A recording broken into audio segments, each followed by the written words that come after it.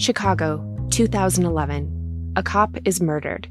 Police and prosecutors swear they have the trigger man. He swears he didn't do it. How far will each side go to prove they're right? Like it's just one bombshell after another, where you're like, what? The story of a PlayStation, a brain-eating amoeba, and the relentless pursuit of justice. Off Duty, out now. Listen wherever you get your podcasts. This message comes from Jackson. Taxes aren't something you can only think about once a year. With investments, planning for tax day is year-round. Fortunately, Jackson offers tax-efficient products. Visit jackson.com for more information on how our products can make your tax bill a little bit less painful. Jackson is short for Jackson Financial Incorporated, Jackson National Life Insurance Company, Lansing, Michigan, and Jackson National Life Insurance Company of New York, Purchase, New York.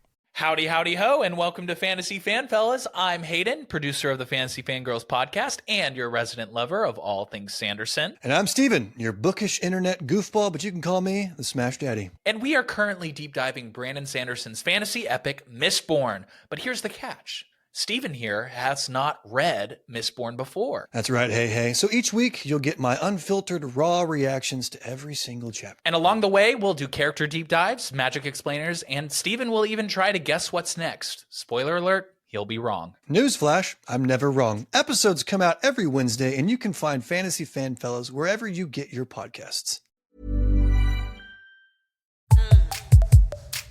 Hello, everyone, and welcome back to the Psych Legal Pop Podcast. This is a podcast where we talk about popular culture through the lens of an attorney and a therapist. I'm Tess Brigham. I'm the therapist. And I'm Brooke Brigham. I'm the attorney. And today we are talking about Sister Wives, Season 19, Episode 23, The Stars Will Fall from the Sky. So, I don't even know where to begin. This is the episode we've all been dreading. Yes. So what do you think just overall, like, how do you think they dealt with it in this episode?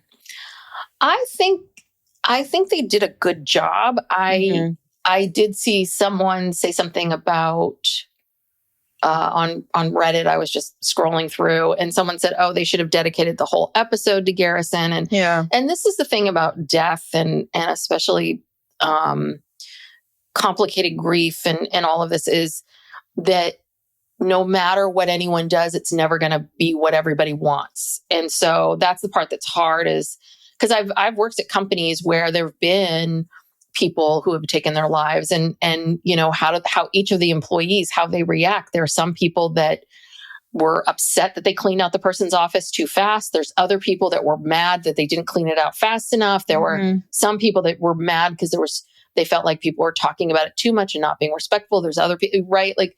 And I think that's what's hard about this is that it does seem a little odd that you would have these two kind of scenes of, Christine and David's relationship and then Mary and this transition for Mary and then all of this stuff about Garrison. But, again, you were never going to make everyone happy. And I have to believe there's a reason why they did it this way. But, the segments about Christine and Mary, which were, short and sweet, they didn't really move the story along in any way. It could have been addressed next week. Yeah. It didn't need to. I mean, it didn't do anything. It felt very, it was awkward, I thought. But, like you said, there's no right or wrong answer, I guess. So let's talk about these two throwaway scenes here, and then we can move on. But because there was, I felt something interesting about the scene with Christine and David and their family, because Christine is finally realizing what it means to be in a partnership. Yep. Because for so many years she was basically a single parent. Apparently, Kody didn't really seemed to care. He just sort of showed up and did what he had to do, but she made all the decisions. She was in charge. And now David, who was also used to living his life, making all of his decisions and being in charge. Now the two of them are together and they have to figure out how to coexist and communicate with each other. And I mean, just the fact that they're aware of this this early on, because mind you, they have only been, she says, together for about a year and a half, and not married for a year and a half, together in total, because they just got married. This is now March. They just got married in October. Yes. And I wrote that down where she says, oh gosh, I've known David now, I don't know, over a year. Yeah, that's not a long time. It really isn't. Over a year. Okay. But you're right. I mean, I think it is very interesting what brought both of them to where they are today and the choices that they made. And yeah, I mean, I think, and this is, I think for Christine, what's so hard about plural marriages, there was just no way that Kody could have been that involved. No. I mean, do you know what I mean? There was just no way. He didn't have time. She had to make decisions on her own. He didn't make time. He didn't split his time equally. And even if he did, she would have been having to make a lot more decisions on her own than if he was just, a husband and a wife. Yeah. Yeah. So, yeah. And it was interesting to hear sort of Isabel and what she sees and what she witnesses. And, she said, there was never a man in our house full time. And I think that probably felt very different than being over at Janelle's house, because she had more boys. Was that I think that it was primarily a female focused household. And I think there was that feeling, and it is, I'm sure it feels different to Isabel in different ways to have this, he's here all the time. Energy, day in, day out. Yeah. Well, and I felt like, David clearly has a good relationship with Truly. He comes inside after the Frisbee incident and, he gives her a hug and she doesn't resist it. She kind of leans into it. It's clear that she's comfortable with him and, he's talking to her and joking with her. And it seems like they have a really sweet relationship because he's really putting in the effort. Yeah. Well, I think the thing that's nice about David is I get the sense with David is he really, he gets like Truly's a teenager that he doesn't expect a lot from her. I think he's sort of like, if I get something back from her, great. If I don't, I don't. He was making some dad joke about we're knee twins. My knee hurts too. I mean, I think she just kind of had this blank look on his face, but he doesn't, he's a dad. He kind of doesn't take it seriously. And he's like, okay, I'm moving on now to the next thing. And I do, but it was interesting to hear him talk about how he's, that he's a grown up. I'm a grown up. So if I want to jump over this fence, I'm going to jump over the fence. Like I'm an adult. And at the same time, I think he knows he likes pushing her buttons just to see, totally. Get mad. Yeah, because she's used to being in control. And like, if mom says, don't jump over the fence, you don't jump over the fence. And he's like, well, you're not my mom. If I want to jump over the fence, I'm going to jump over the fence. And he does it. He does it to get a rise out of her. Yeah. And ultimately, he gets a little bit of a rise out of her, but she's not angry. So I don't know. Again, I think they have a sweet relationship. Yeah. Well, that's and I think both sides of it. Remember when when Layla was little, Dad would do these illegal things. I mean, right? It was like, there was always this, should we jaywalk with Layla or should we teach her to go to this crosswalk? And I mean, I think that there is that, right? As a parent, you're always going back and forth between, what is the right thing to teach your kid? And she's right. She doesn't want her kids hopping over the fence, or the little kids especially hopping over the fence. But again, I'm with David on this one. How could those little kids get over the fence? No. And it made them laugh. It was just funny. He was being silly and he was trying to make everybody laugh. He's just. So I think I missed this. So it was McKelty's 3 kids. And then who was the little boy? Well, Ray, his daughter Ray, who I think is Reagan, and her kids were there. Got it. Okay, so I didn't really see her, so I was so confused. I'm like, why are there 4 kids there? Like, I kept trying to figure out who this kid was. So the little boy that he was playing with Frisbee with, that's Reagan's son. Sorry. Yeah. Okay. Because the twins would, I don't know. The twins were much littler. Yeah, they weren't like walking around. Yeah. Yeah, and then we saw Peyton. Yes, we saw Peyton. God, Peyton is tall. Yeah. Jesus, I mean, where did he get that height? It's like, I think it's someone it's got to be Christine's family. Yeah. Right? Because Christine's tall. Christine's pretty tall. Yeah. Isabel's very tall. Taller than Kody, as he likes to lament. So, okay. So that's kind of about it for that. Mm-hmm. Then we go to Parowan. Yes. To check in with Mary. And I guess the last guest of Lizzie's Heritage Inn bed and breakfast has just checked out. Yep. End of an era. End of an era. And then I'm like, why do you want to do small venue things? I mean, that doesn't, is that better? Is Parowan really a convenient destination to have an event? That's a very good question. I don't know much about it. I should probably look into it. I know that it's located near some ski resorts and it might be sort of on the way to certain places, but is it really like a destination place where people would go to, hold an event? And she said it's not very big either. Like it really is. I really think it's only like 3 or 4 bedrooms and it's not a lot. So it's not like you could have some really big gathering there.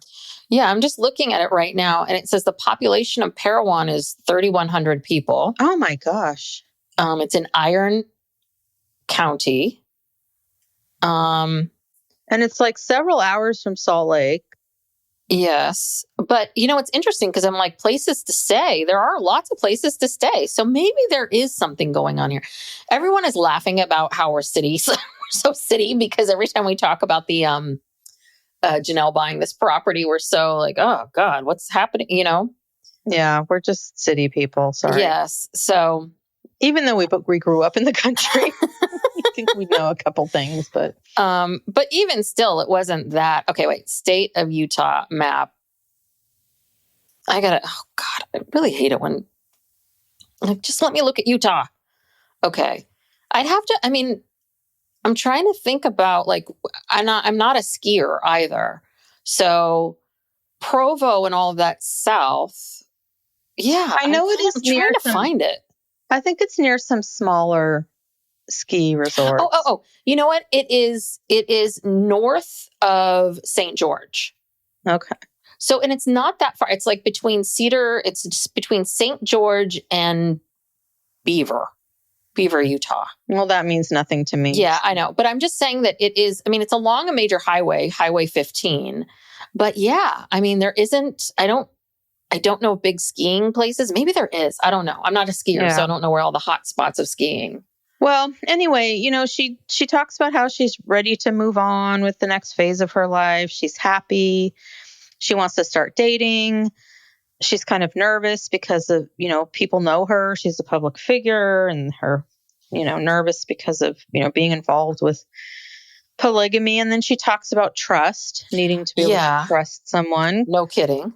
Yeah. And I don't know if this is before or after she dated that guy, Amos, who turned out to be, I think, maybe not so genuine. I have no idea.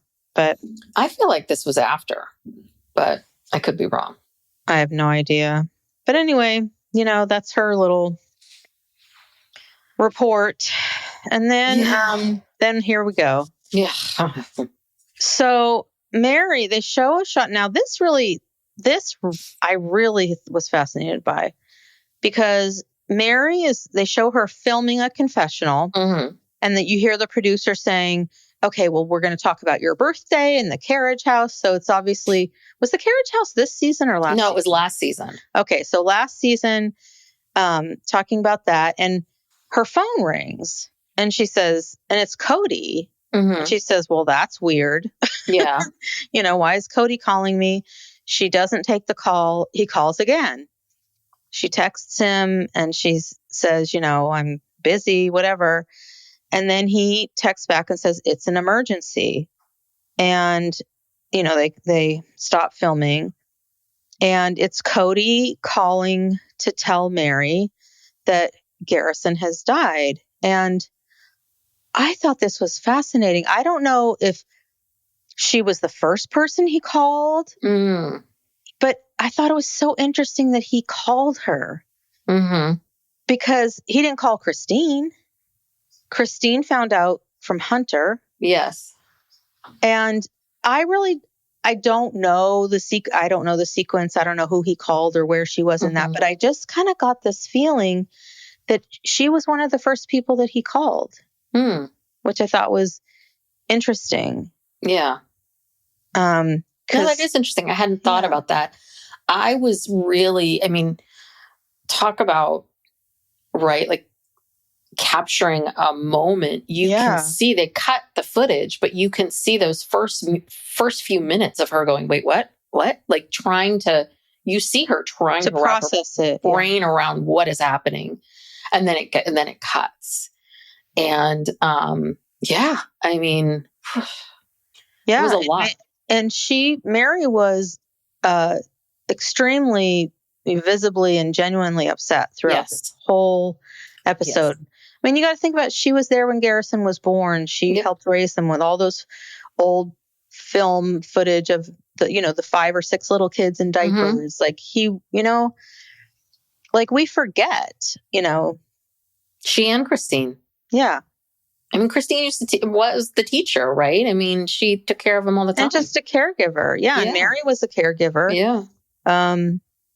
So then we cut to, so this is March 5th, 2024, when, she gets this phone call. And then we cut to Janelle.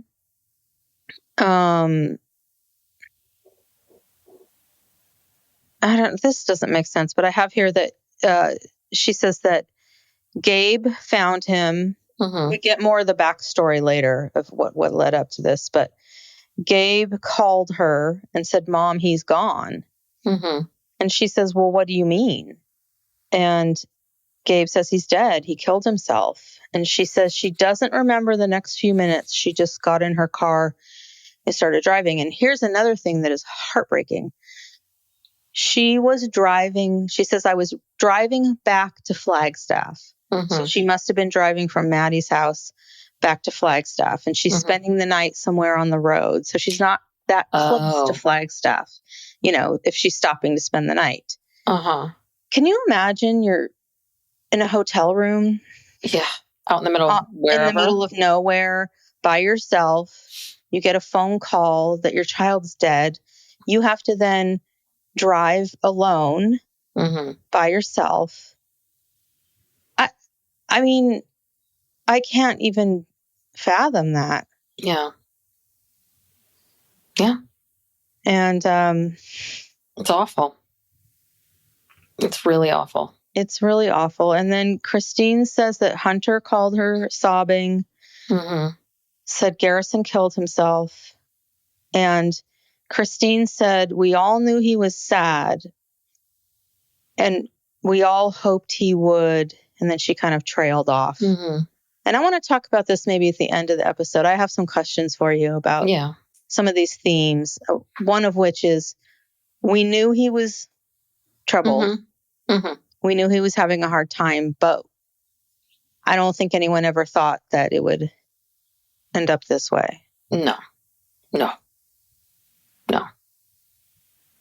Yeah. So we catch we catch Mary in real time. The other people, the other parents we don't catch in real time, but Kody is stunned. He says, I'm lost in this. He says he's irreconcilable, which I don't know if that's really a word. But so he's trying to console his children. And I thought this was interesting. Gwen called him because she's one of the only ones left in Flagstaff. It's Gabe. It was Gabe and Garrison and Gwen and Savannah. Yes. Okay. So Gabe is obviously dealing with, he's probably there with the police or whatever, dealing with the aftermath of it. She has nowhere to go. Yeah. And I think I don't know what her relationship was like with Kody at this time, but she just called him and said, "Can I come over?" And he's, of course.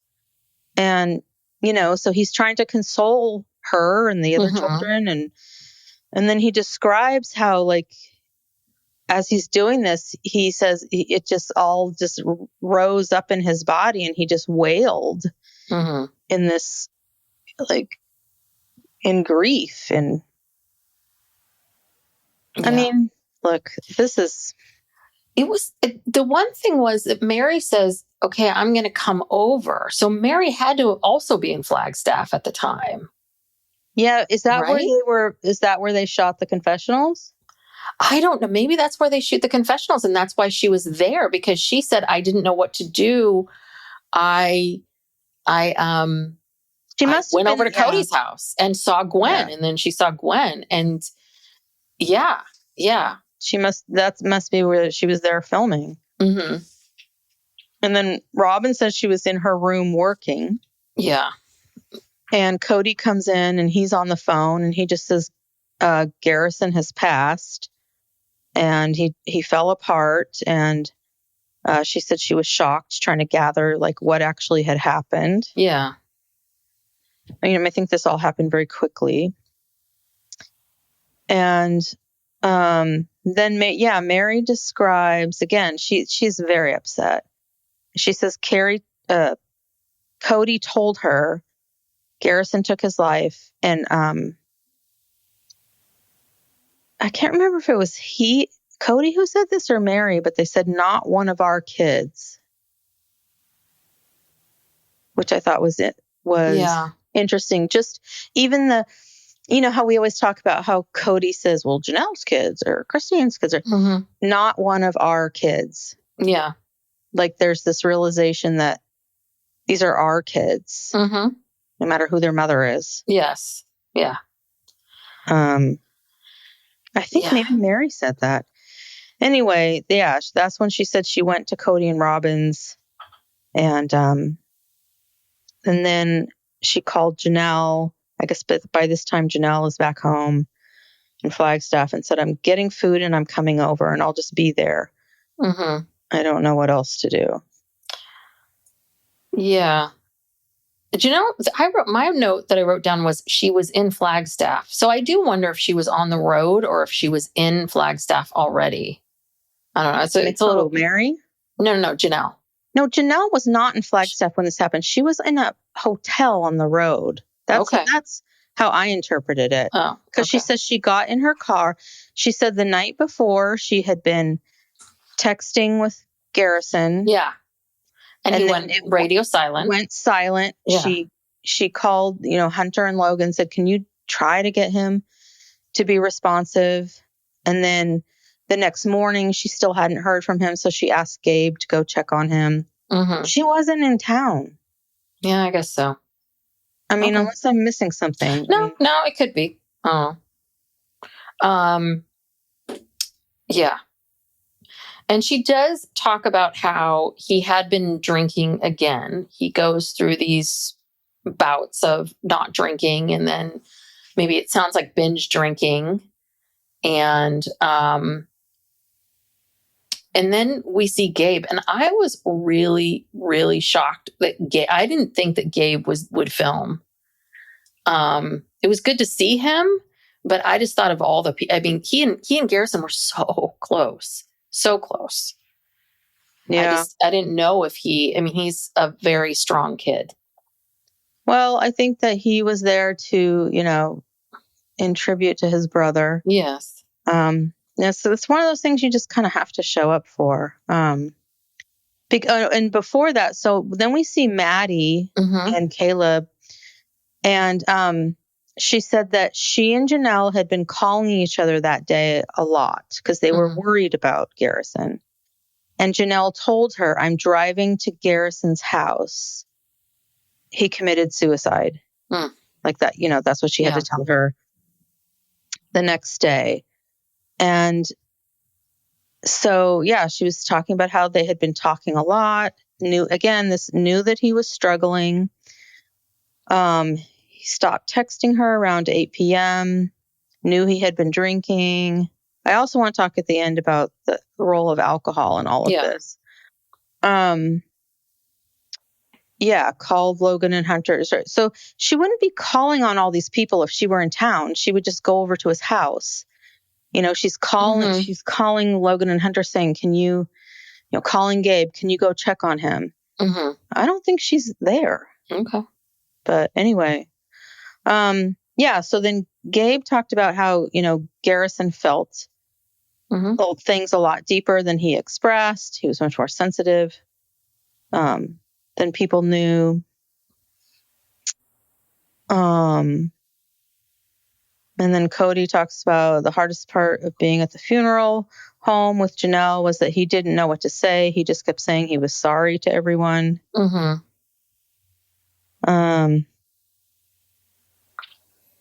Yeah. I don't know. I could go on. I feel like I'm monopolizing this. No. It's fine. No, it's good. You're going along. I mean, what is there to, it's just so hard. Like, what is there to say? I don't know how you recap this. I'm just sort of going through the, scene by scene or whatever happened. Yeah. I mean, Christine, it sounds like Christine gave a eulogy, and this is where the quote from the title of this episode, "The Stars Will Fall from the Sky." I didn't know what movie they were referencing, but I guess it was one of his favorite movies. And at the end of the movie, it was called The Dragon. Okay, she said the dragon dies, and then it turns into Draco, a constellation. A constellation. Okay, of stars called Draco. And that was one of his favorite lines. "The stars will fall from the sky." When I get, it was like when the dragon says, "When I get there." She says, "When you want to look for him again, look to the stars." That's the last line of the movie. Psych Legal Pop. We'll be back after these messages. Chicago, 2011. A cop is murdered. Police and prosecutors swear they have the trigger man. He swears he didn't do it. How far will each side go to prove they're right? Like it's just one bombshell after another, where you're like, what? The story of a PlayStation, a brain-eating amoeba, and the relentless pursuit of justice. Off Duty, out now. Listen wherever you get your podcasts. Howdy, howdy, ho, and welcome to Fantasy Fan Fellas. I'm Hayden, producer of the Fantasy Fangirls podcast and your resident lover of all things Sanderson. And I'm Steven, your bookish internet goofball, but you can call me the Smash Daddy. And we are currently deep diving Brandon Sanderson's fantasy epic, Mistborn. But here's the catch. Steven here has not read Mistborn before. That's right, hey. So each week, you'll get my unfiltered, raw reactions to every single chapter. And along the way, we'll do character deep dives, magic explainers, and Steven will even try to guess what's next. Spoiler alert, he'll be wrong. Newsflash, I'm never wrong. Episodes come out every Wednesday, and you can find Fantasy Fan Fellas wherever you get your podcasts. But yeah, Christine is quite bereft. Yeah. This was interesting what Gabe was talking about. He said that Garrison had an air of ease, that he made everybody comfortable around them, that he cared a lot about how other people felt. And he said that's a real mark of a gentleman. Mm-hmm. And then we hear from McKelty and Tony and, basically that he was a jokester, that he always had lots of friends, that he was a cool dude. He was nice. And this one, I didn't realize this. Maddie said that they were trying to get Garrison to move to North Carolina. And then Caleb says, well, we almost had him. So it sounds like they were talking about having him come as well. But that sounded weird to me. Like, I feel like Maddie and Caleb are always they've recruited all these people out to North Carolina. Like somehow, if you move to North Carolina, all your problems will be solved. Mm-hmm. I think it's a little weird, but look, wherever you go, there you are. Yeah. I mean, just because you go to North Carolina doesn't mean. Yeah, there's alcohol in North Carolina. Changes. Right. Yeah. I mean, whatever. Yeah. And I think maybe in some ways, maybe it would have helped him. In other ways, But I what don't would know. it have helped? I mean, like, because Janelle said that he's always had anxiety and depression. Mm-hmm. And I think the alcohol was a way of self-medicating, and that it really started to ramp up during COVID, Yep. which it did for a lot of people. It did. And I think that's one of the sort of secrets, quote unquote, that I think isn't talked about a lot, is a lot of people, not just alcohol, but what I heard a lot of where people were smoking weed all day, every day, getting up, getting high, just to kind of like pass the time, to cope, to deal, because they were bored, they were anxious, they were this, they were that. So I think that was very, very, that was something. And then that COVID coincided with this estrangement from his father. Yeah. Yeah. I mean, let's not forget, we're not going to bash Kody in this episode, but let's not forget, and he actually, towards the end of the episode, owns up to a lot of this. I'll give him credit for that. He was incredibly hurt by that. Mm-hmm. Yes. Incredibly. Yes. And I don't think he could recover from that, clearly, because Janelle said that the family all knew what was going on with him. Mm-hmm. They offered him love and help and support and resources. I'm sure, they tried to get him to go to rehab, I'm sure, whatever they could do. But it's like, this was, it's hard because we don't really know what he was like before all of this, because there's this big gap of time between, when he's an adult, he was in the military, he's living his life. And then he kind of didn't really come back into the fold of the show until COVID. Mm-hmm. So, we didn't know any of this, or we don't even know if the depression or anxiety predated this. We don't know. Yeah. And Janelle says that she doesn't know why this night he would do this, because he's had other bad nights like this. Yeah. And he would drink and pass out, and then you wouldn't hear from him until the next day. But you always heard from him. And here's another thing I think played a big role in this is guns. Yes. He had access to guns. Yes. And the majority of handgun the majority of gun deaths in the country are suicides. Mm-hmm. Yeah. So if he had not had access to that, maybe things would be different. Yes, very much so. I mean, that is a big issue. Yeah. So, Kody says that, this is all just so sad. He just wants to take him home to Wyoming and bury him with his grandma Cheryl. And Janelle agrees. They have a lot of family buried in Wyoming. So they decide to cremate him so they can have the funeral in the summertime when it's better and everyone can be there. Mm-hmm. And then we meet Janelle's sister, Carrie. Have you ever met her before? I don't think so. I've seen pictures and videos of her on Janelle's Instagram. Like she's gone on trips with her, but I don't think she's ever been on the show before. Mm-hmm. But yeah, she's like Janelle's twin. Yeah. Yeah. It was crazy. And so we see Janelle. She's now, it sounds like maybe a month or 6 weeks after his passing. And she's back in North Carolina. And, she's just talking to her sister about how she's doing and how she's coping. And she's just trying to cope. I mean, she's like, I just try to stay busy and, this is what I focus on. And she's just doing the best she can. Yeah, that was a painful scene. It was. Her sister's trying to console her. Her sister's crying. Janelle's crying. They're just trying to find, it's like, well, we got to do this scene. I don't know. This is still very, very raw. And, yes. Carrie is just trying to console her. And it was, yeah.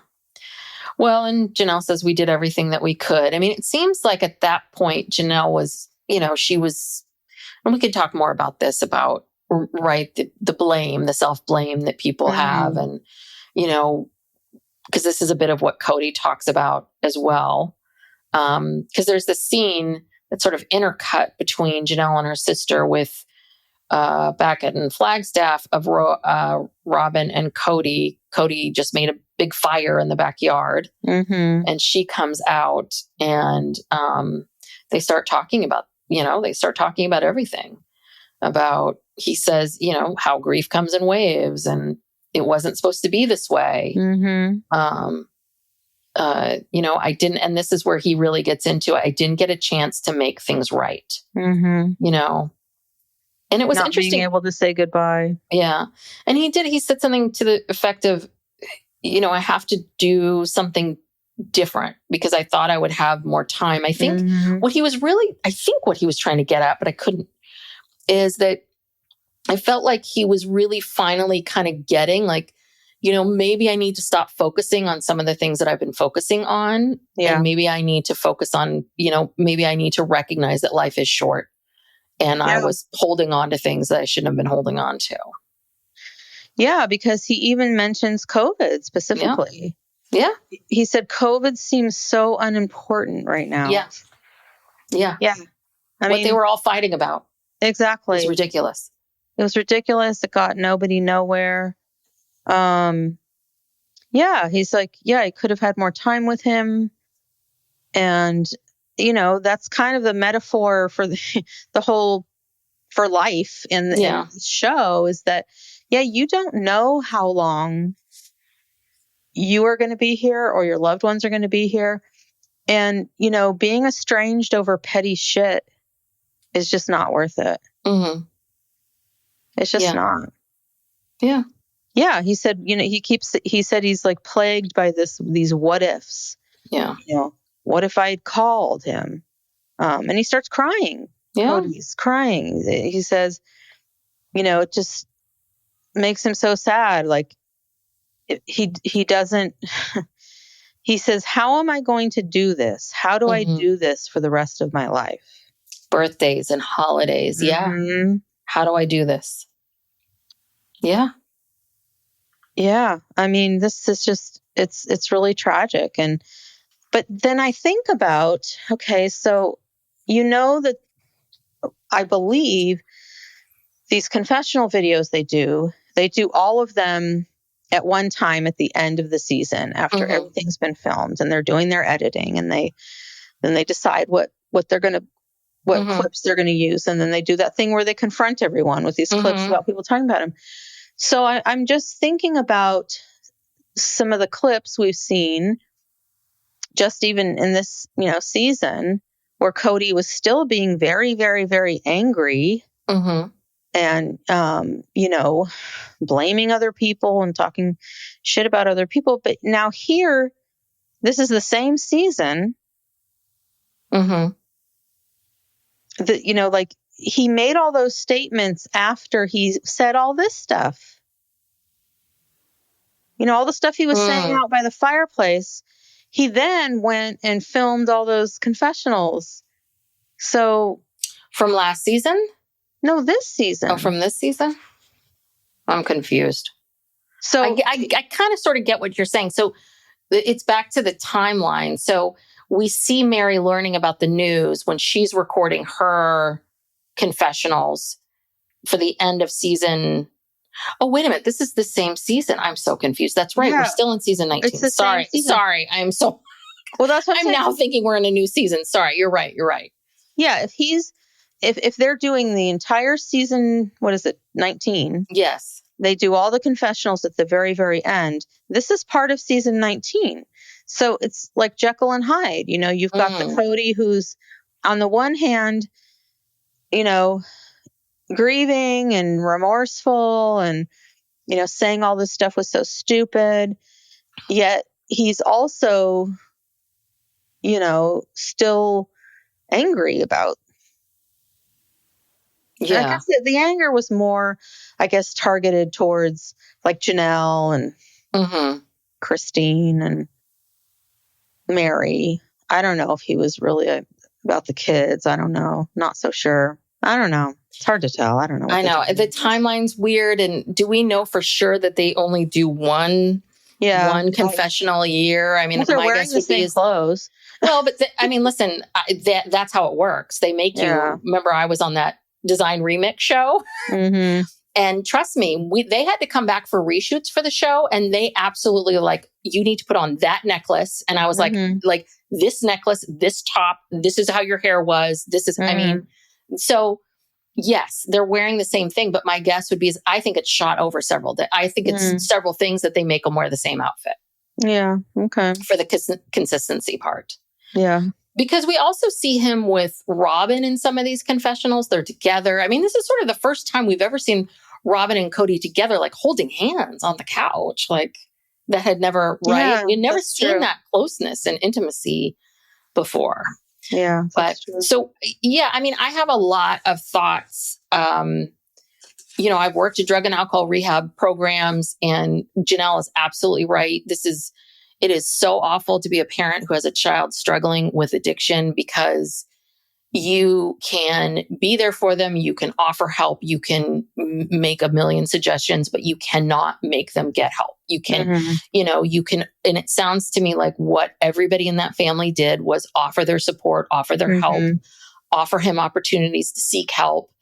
And this is the part about addiction and depression and mental illness and all of that is so difficult. Is there are some people that, use drugs and alcohol for 50 years and they live, and there's other people that use it for 6 months and they die. And there are exactly what Janelle's talking about. There are people that go through these dark, dark times in their lives where they have nights where they didn't think they were going to make it through, but they made it through, and they were able to make through all of them.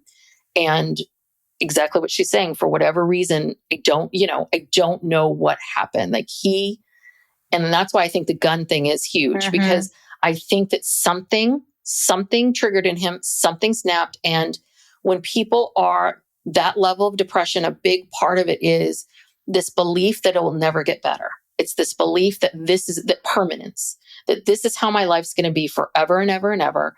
And alcohol is a depressant. And when you mix that together, you're not in your right mind. And he had access to a gun.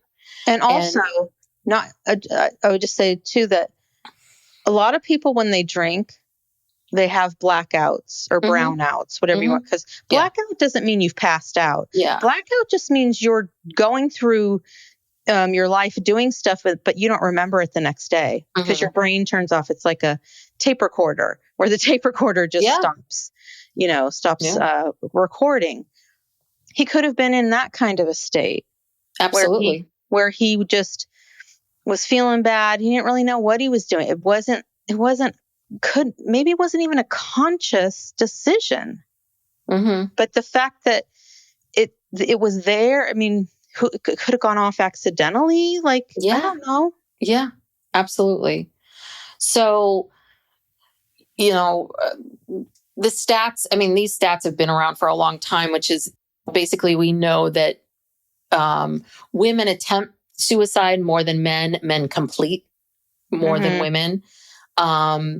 And a big part of that is because of guns, because men more likely will hurt themselves with a gun versus a woman who will usually take pills or maybe cut themselves. But the other big thing is that, and, I know that he was in the military. There is really, we have this huge stigma in our culture against mental illness.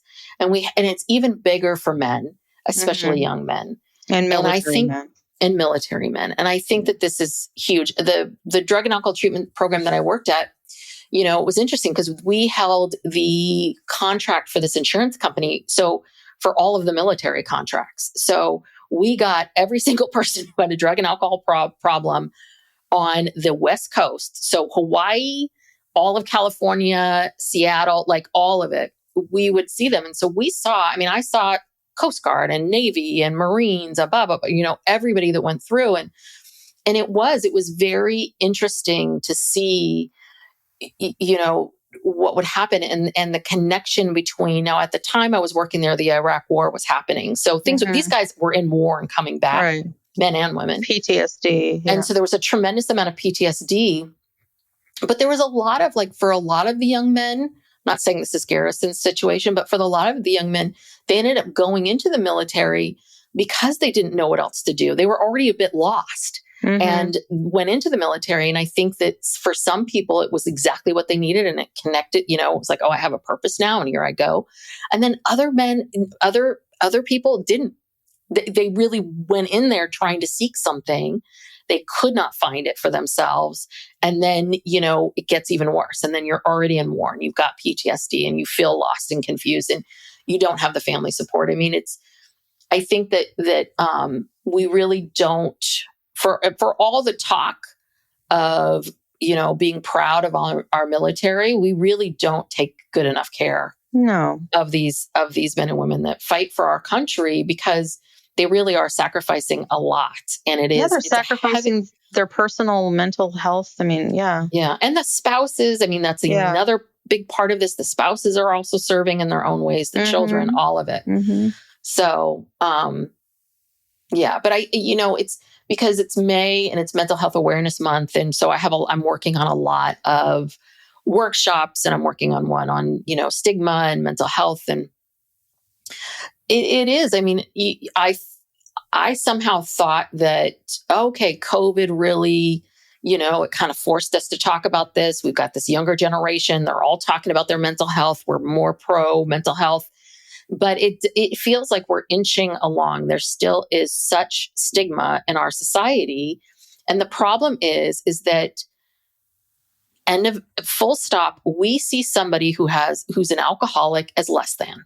We do. We think it's some sort of moral failing. Right. That you can't, and this is what we do. You're overweight. You have a moral failing. You can't control yourself around food. You have an addiction. It's a moral failing. Now, if you're a workaholic, fine. You're an awesome person. You're an exerciseaholic. Whoa, what?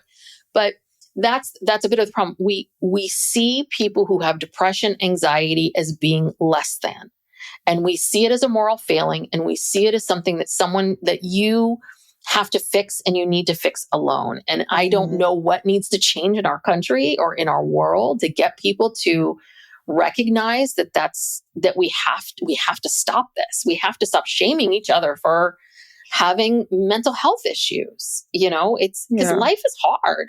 It's very, very hard. People have been having these mental health issues from the beginning of time.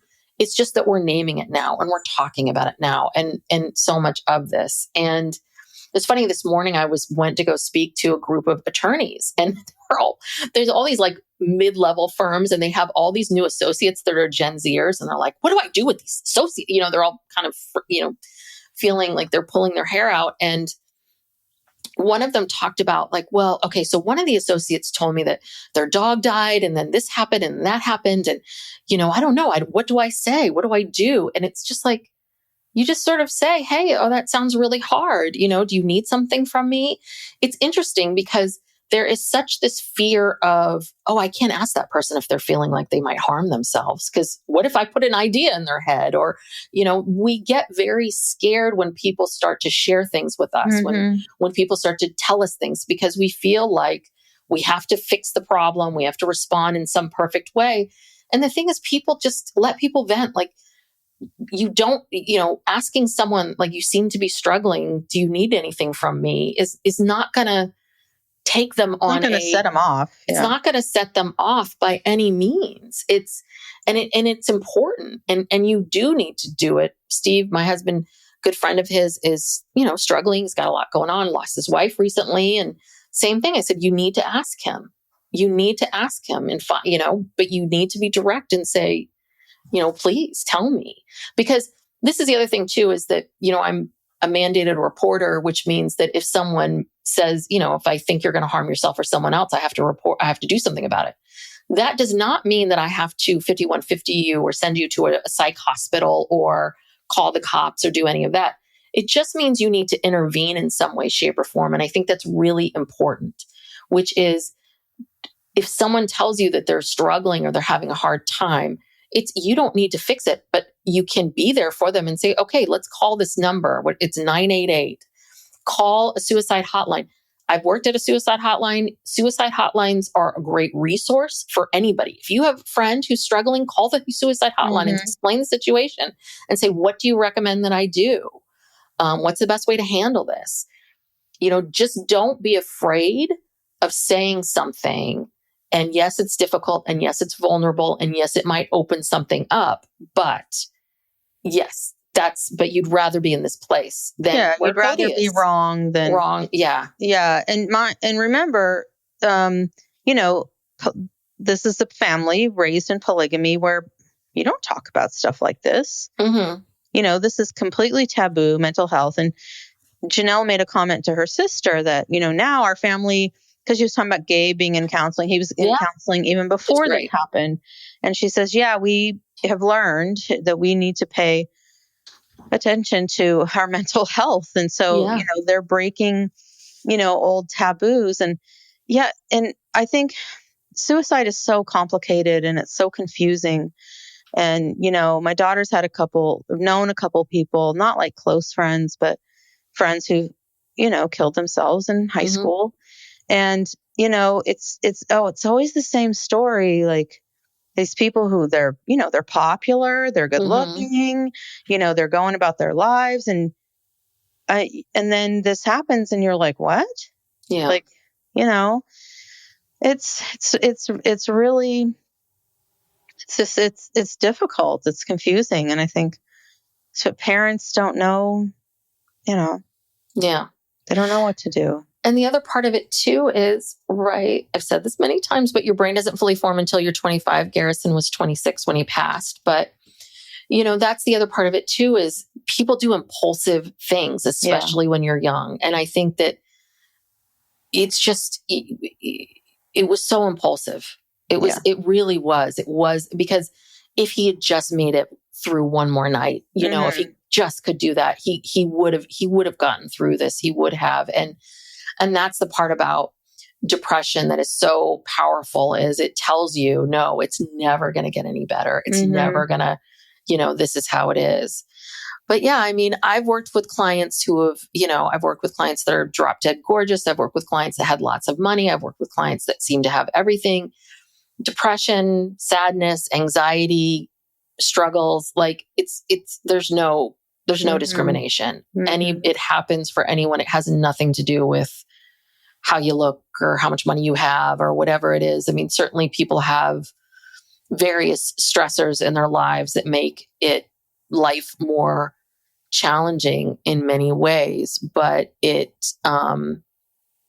we just have to get better about talking about mental health, and we have to stop shaming each other for, you know, and we all have to work on that biases. We all have to do that, because if we can all work on our biases and stop stigmatizing it, people will talk more about it. And that's what I'm trying to get to these attorneys with the young people. I'm like, this is a good thing. Like, this is good. Like, young people are talking about these things. They're sharing with you their lives. And it might be more than what you shared with your employer, but you know, just ask them, hey, is there something I can help you with? And they're all like, no, I'll ask them that. And then they're like, oh no, I'm fine.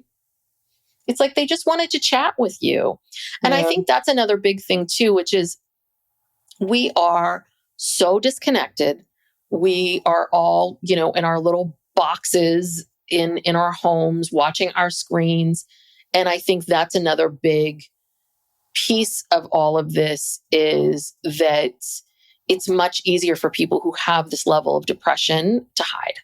And I think that's another big thing too, because I think that if it wasn't COVID times, if Garrison was younger and still living at home, you know, there's a lot of circumstances, a lot of things lined up that made it hard, you know, that was out of anyone's control. That's why that whole blame game thing is, it's so hard, because everyone blames themselves. You know, it's very common to blame yourself. What could I have done? What could I have said?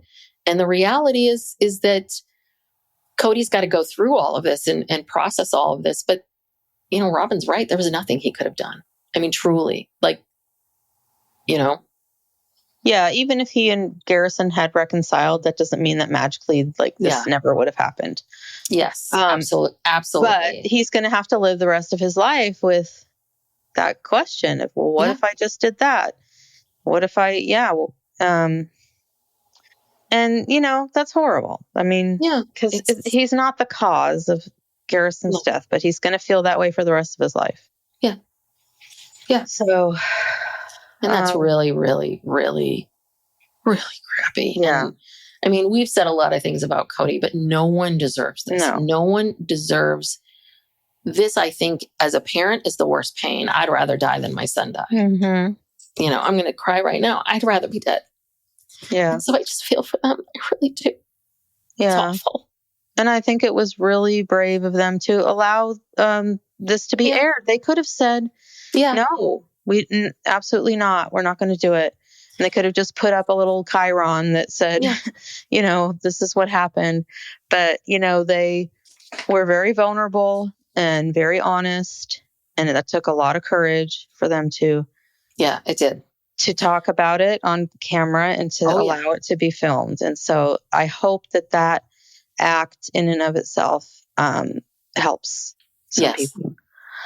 That is, because, and I applaud them for this, and they're absolutely right. I mean, they have sort of been this spokesperson or the people for plural marriage in some ways. And I think that it's really, really important that someone in that community, in that area, talk about these things and open these things up. Because they didn't need to. They really didn't. No, they could have. So it is. It is incredibly tragic. It really is. So there's a great book that I always recommend to people if you're struggling with losing a loved one to suicide. It's called No Time to Say Goodbye by Carla Fine. It's mainly a lot of stories, but when it comes to grief, especially complicated grief, there's not really anything anyone can say or do for you that's going to change things. It's just time and processing. But it is really helpful to read these stories. I think it gives people a certain amount of peace and understanding of, what other people have gone through and how they've gotten through it. And I think that's always really helpful. And there are groups out there. There are, losing someone to suicide groups. So there are a lot, and call a helpline. You do not need to be in private. Helpline, that 98998 or 988. Oh God, we should probably get it right. I thought it was 988, but hold on. I'm sure that they can direct you towards resources that have anything to do with this, whether you're a survivor. 988 crisis line. 988. Okay. 88. So like you said, if you know someone who you think is suicidal, you can call them. If you're suicidal, you can call them. If you're someone who's, a loved one committed suicide, call them. They can give you resources. Well, and also, hey, you have a friend and they're isolating a lot and they're telling you no, or they're demonstrating certain things, but they're also right. And you don't know what to do. You feel like should I overstep? Call. I mean, I think that people tend to think that you have to be an immediate crisis to call one of these friends. You don't. The bulk of the majority of the people that would call us are actually people that were in the community mentally ill. Kind of needed someone to talk to. So, because they were isolated on SSI, lonely, and some of them had delusions. They needed you to tell them that I'm not dying. I'm not falling. You had to like ground them. Yeah. So please don't, these resources are there. So don't skip over them. Don't feel like oh no, it's not so bad. Ask questions and talk. There's both sides. Ask for help. Don't be ashamed, and please don't feel awkward. Don't not say what you need to say to somebody because you're fearful of what they may do or how they may think of you. Yeah. So, and obviously, if someone's a good friend to you, they're going to be open to you talking to them. So, yeah. All right. Well, all right. I don't know what else to say. Thank you. I don't know how to even end that, but thanks for listening. Thank you for listening. It feels really silly to try to promote the show. So let's just, let's just sign off. Thank you so much for listening. And thanks to the Brown family for sharing. And we will see you all next time. All right. Thanks. Bye. Bye.